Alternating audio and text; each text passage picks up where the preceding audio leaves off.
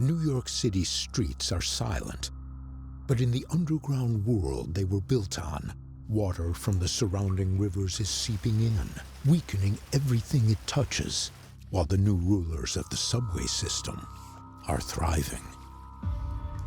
All of these rats have been living it up underneath the city streets. They're pretty adept at taking on the water. Rats can swim really well. They're able to tread water for up to 3 days and go a mile at a time. If there's one thing rats are good at, it's making more rats.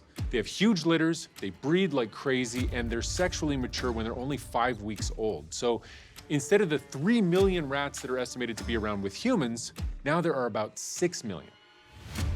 There are no exterminators to bait traps, no one to clear nests. Once considered the lowest vermin, rats now rule, feasting on scraps humanity left behind. New Yorkers throw out about 8 million pounds of food a day. It is a feast for rats. And there's so many sugars and carbohydrates in our diet, that's what they're used to eating. The rats in New York City have actually adapted their metabolism to our garbage. There's something else humanity left behind, and it's been festering for weeks. Sewage.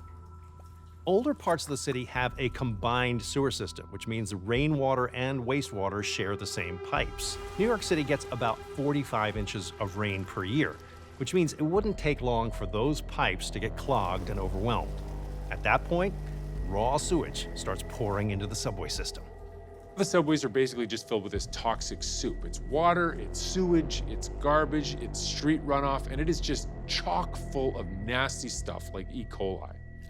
Rats thrive in filth and grime, but E. coli is deadly even for them. So they flee the drowning subway tunnels for the streets above. And without people to keep them out, new shortcuts have emerged. Since the tunnels are pretty much entirely flooded, there's only one direction for the rats to go: up. They're traveling in the same routes our waste goes, except in the opposite direction. They're scampering up pipes and drains, and yeah, toilet lines to escape. The rats' reign beneath New York City was brief, and soon new invaders will rise. The rodents join a new world above the ground, where deer roam the streets and black bears prowl for food.